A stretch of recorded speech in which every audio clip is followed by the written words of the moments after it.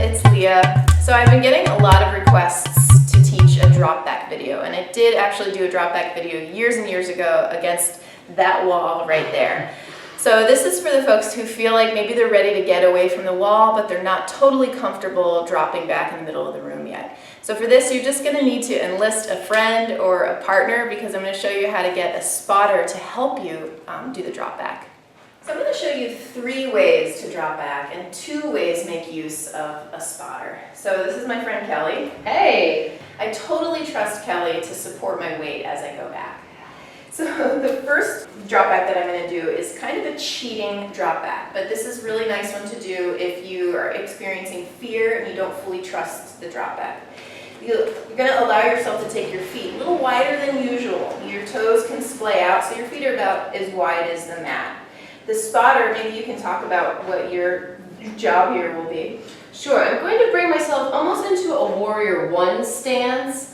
I'm going to offer her a lot of support by holding her hips, and by putting a nice easy bend in my knees, it'll allow me to anticipate her drop back. Awesome. So when I bend backward, I'm going to send some weight forward through my legs. I'm going to allow my knees to bend. I don't want to throw all of the back bend into my lower back, so I'm going to spend a little time breathing and lengthening through my upper back. Then I'm going to take my arms wide, because I think the ground is closer to me when I do that. Again, I totally trust Kelly that when I drop back, she's not going to lose my weight. All right? So I'll take it slow, lengthening as I go.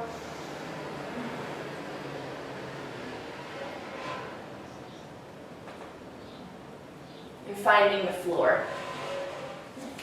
Thanks, Kelly. Sure.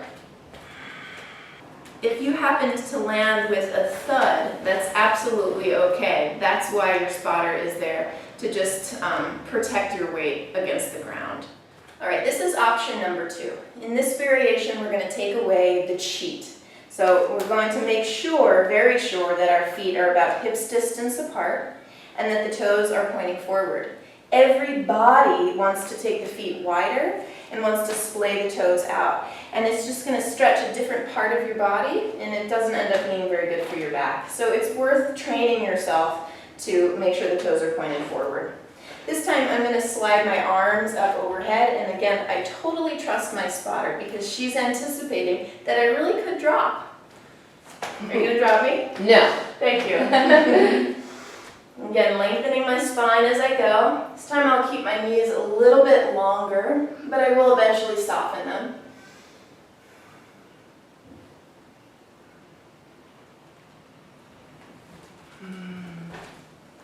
Good. So that time the arms came up overhead. You might find that the descent is just a little bit faster that way. So if you've done the drop back now at the wall, maybe you've done it at the beach or in the grass, you've done it with a partner and you're ready to do it by yourself, here's one way to do it, and to do it with good alignment. So I'm going to place a block right between my feet, and that's going to ensure that my feet don't go wider than hips distance apart. So I'll squeeze the block between my feet, allow my knees to soften and the lower body weight to shift forward.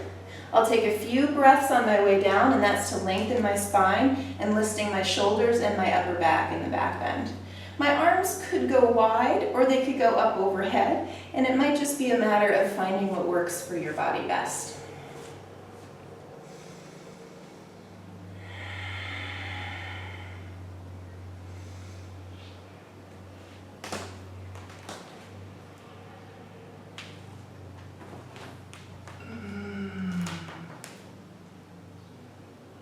Once I'm down, I'm pressing my heart between my arms, lengthening my whole back and engaging my abdominals so as not to overtax my low back. So there you have it, 3 ways to drop back into wheel. If you have any questions, please do let me know in the comment section, and I always appreciate when you write and subscribe. Take care. Namaste.